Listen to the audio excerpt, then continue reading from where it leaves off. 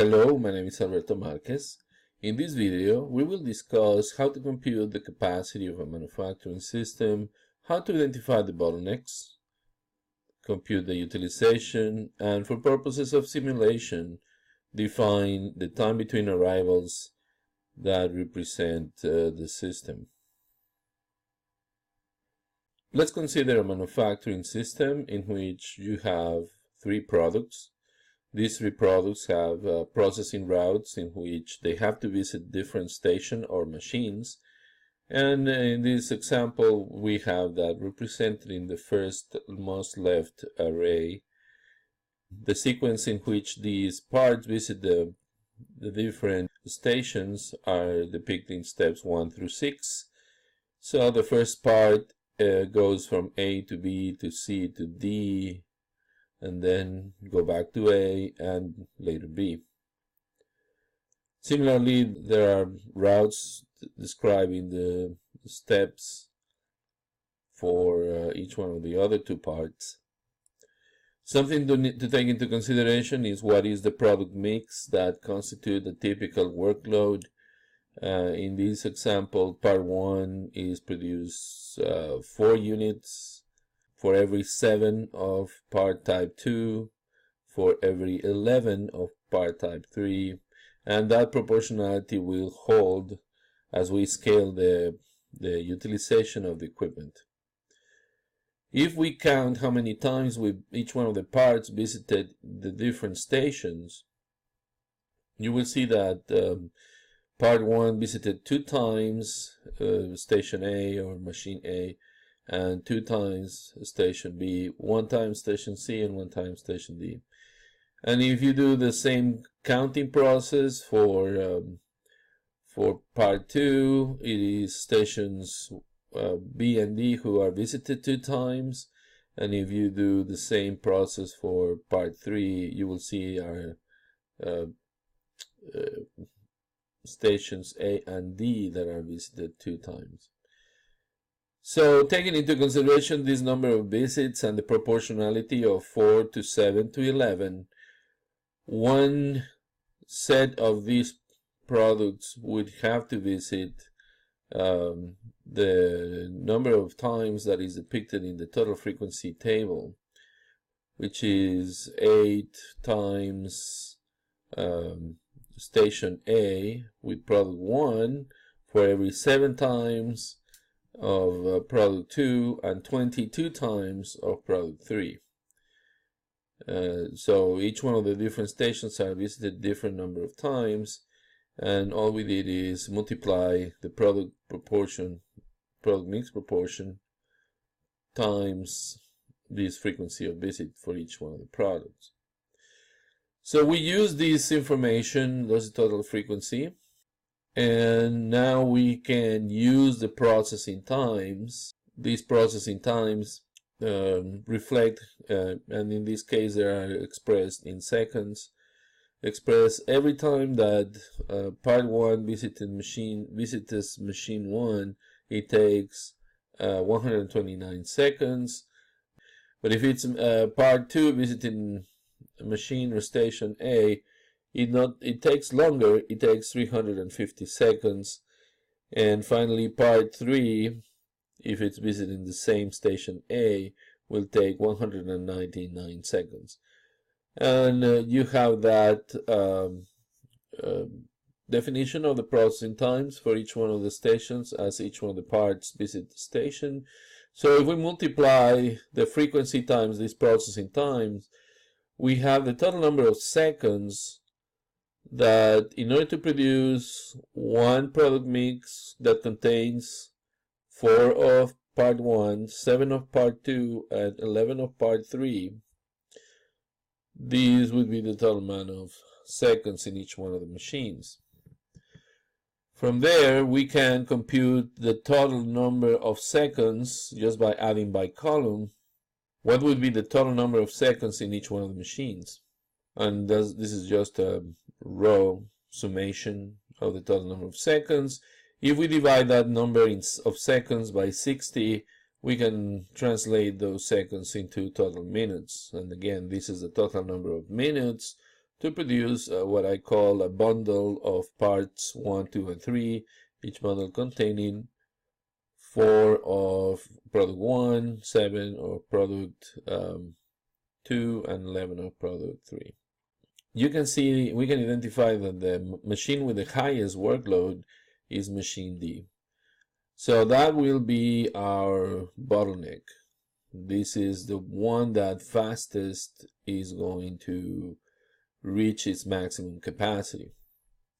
And we use that information and the information of the total minutes in the other machines to estimate the utilization, that the relative utilization compared to the bottleneck. So how do we do that? We assume that the maximum load is that in this case 166 minutes, 166.8 minutes is the machine that is going to be used the most for every bundle that we produce.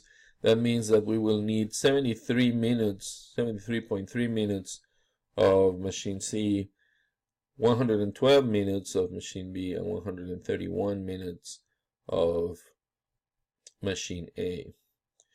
If we now used percentages, when the utilization of the bottleneck is 100%, then machine A will be used at 78.5%, machine B is 67.3%, and machine C at 43.9%. Sometimes we are interested in knowing not 100% utilization, but utilization that is lower than that, to assume realistic expectations of downtimes and other factors that affect productivity. In this case, if we wanted a threshold of 85% as a maximum utilization of our manufacturing system, then all we have to do is multiply the row that we just computed for the utilization times 0.85, such that now the bottleneck will be used at 85% and all others proportionally reduced to 85% or the previous number. At 100% utilization, we would be producing 60.4 bundles. How do we know that? Well, we know that in a week we have 10,080 minutes. That is 7 days times 24 hours times 60 minutes per hour. So that's 10,080 minutes in a week. And if you have that number of minutes for all the machines, you will need, you can produce 60.4 bundles, because each bundle will take you on the bottleneck, on the machine that it's going to fill the fastest. It's going to take 166.8 minutes. So if I divide 10,080 by 166, the answer is 60.4. That is 60.4 combinations of products 1, 2, and 3 in proportions 4, 7, and 11 respectively. So if I multiply the bundles 60.4 times 4, it's going to tell me how many units of product 1 I will be producing, 241.7. 60.4 bundles times 7 is 422.9. Those are the number of parts that I will be able to produce on part 2 every week. And finally, 60.4 times 11 will yield 664.6 parts of type 3 per week.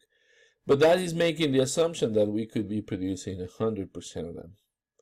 Naturally, that's not achievable due to realistic constraints. So a maximum state-of-the-art utilization could be 85%. So we multiply those quantities to 85%, and that's how many parts we will be able to produce every week. Very good. Now, that way we have identified the bottleneck. We have identified what will be the utilization of the other machines at 85%. We have identified how many parts we will be producing per week. Now, in order to enter this information in our simulation model, we would need to know how many parts to release per hour.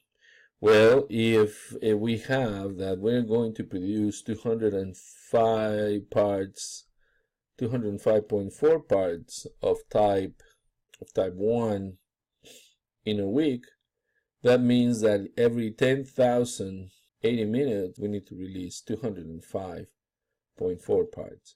So if we divide 10,080 minutes by 205.4, that is going to give me the number of minutes that must separate one part to the next one. In this example is 49.07.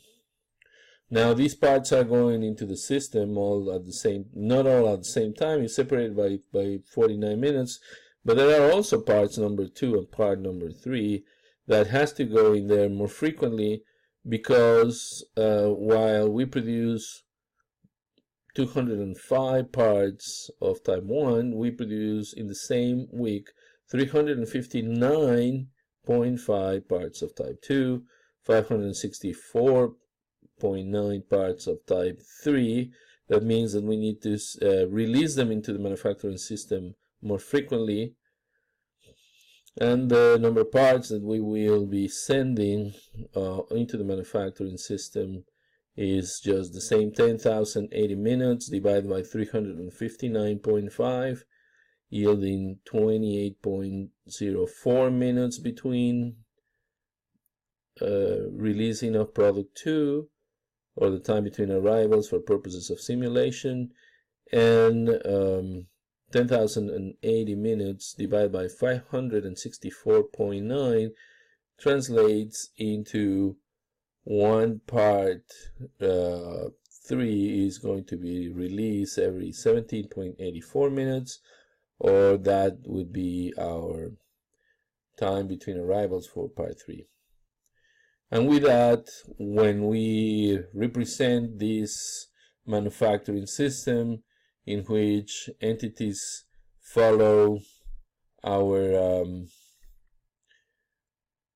path, visiting these many stations, taking that many processing time and that many seconds in processing time, then the utilization of the bottleneck will be at 85, and the utilization of the other machines, and the utilization of the other machines will be 66.7, 57.2, and 37.3. So I hope you find this information useful, and just stay in touch, send me a message if you need further assistance. Thank you.